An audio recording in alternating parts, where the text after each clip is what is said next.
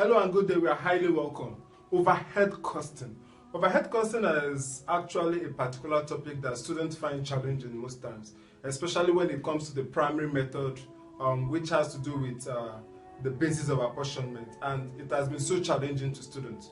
So what I really want to do in this video is just to welcome you to the world of the overhead cost and to give you the basis of apportionment. It is very, very important. If you don't know this basis, you can't solve any question using the primary method, okay? So you must know it, and don't be scared of it, okay? I'm going to simplify it for you. Yes, with what I want to write on the board, you can easily remember the basis to use it at the right time in order to ascertain the correct answer. So try as much as you can to be attentive, okay? And watch the steps or the basis the way I'm going to grade it. Now, it goes this way. We have some overhead cost items, then the basis of apportionment. I'm going to list the overhead cost items, and I'm also going to write down the basis of apportionment for you, okay? So you take note of it and use it to practice. I will even advise you to give it a whole day, okay? Give it a whole day for it to get into you so you understand it very well, because you need it, all right? You need it. So let us go. Here I'm going to list out the overhead cost items. Here we'll have the overhead cost items.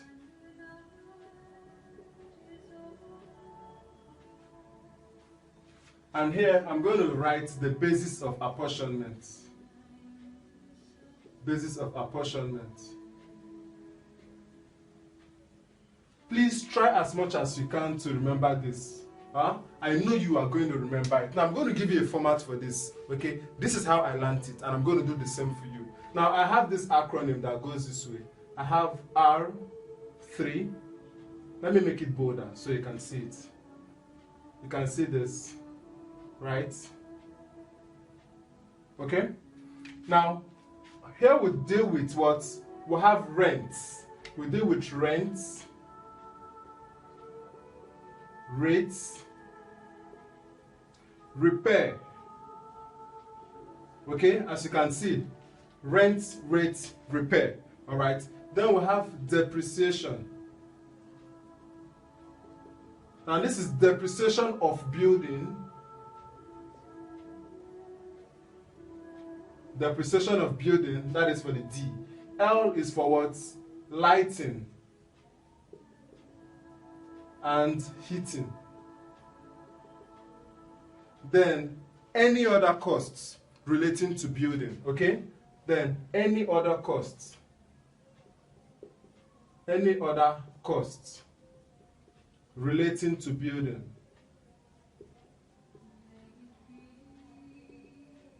Relating to buildings, okay? So R raised to power 3 D L A. Rent, rates, repair, depreciation of building, lighting and heating, any other costs relating to building. Now these things you have here, if you want to apportion them, you use what we call floor area occupied. Floor area occupied, all right? In some questions, they can use M square, which is meters, square meter. They say square meter. Okay? Say square meter. All right? So take note of it. The second one, I'll give you an acronym that goes this way: IDAC. Okay? IDAC. Now, it applies this way. I here means the insurance of fixed assets. Fixed assets. D represents the depreciation of fixed assets.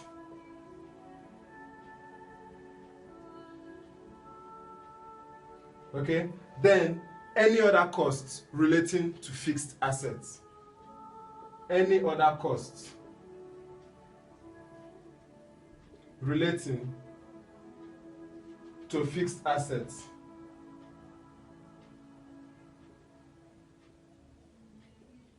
Okay, so this particular one, if we want to apportion this, we use what? The NBV, which is the net book value of the fixed assets. Okay, so we have net book value, which is NBV of the fixed assets.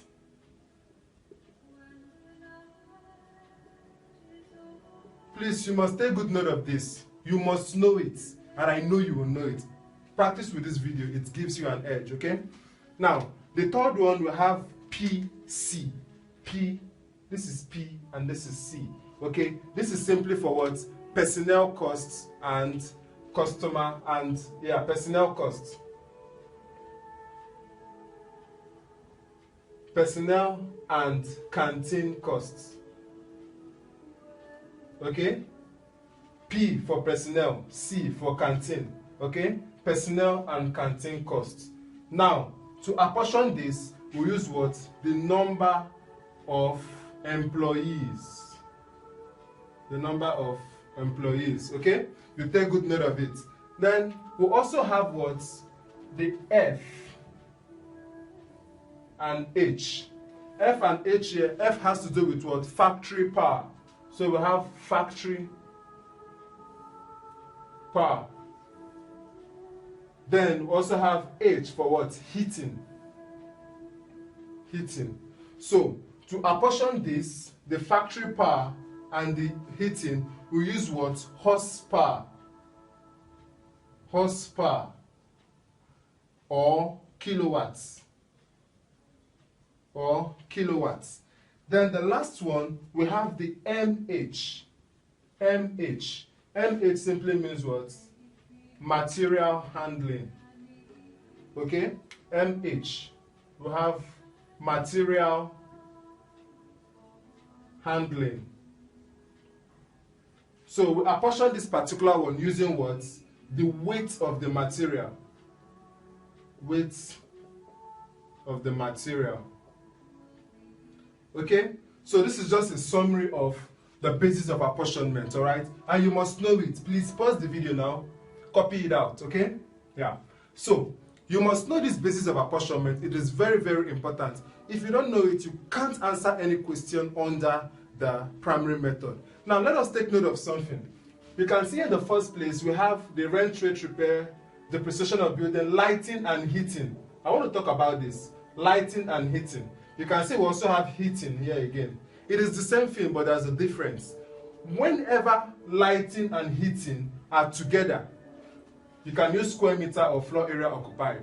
But if they are separated, like as we have here, heating is being separated, then we apportion it using the horsepower or kilowatts. Okay? I said if lighting and heating are together, we still make use of the floor area occupied or the square space. But if they are separated, as we have heating here, then you value heating, you apportion heating using horsepower or kilowatts. Then lighting will always be floor area occupied. Okay? So, it is more like an introduction. Read on the blog post which you have on our website under the overhead cost to help you get a better understanding. Then in the next example, which is the primary apportionment, I will make use of some of these. In some other past questions which you have on our website for you, we have a lot of questions too under the overhead cost. Then you continue to watch other steps and methods to answer questions under the overhead cost. Remember, overhead cost, we have the primary method and the secondary method, okay? So we'll have videos available for you for the primary method. Then for the secondary method, there are 3 methods under the secondary distribution method, where we have the repeated distribution, direct distribution, and the algebraic method. So we all have videos for you on this topic, all right? So do your best a favor to practice with these videos. It will go a long way to help you.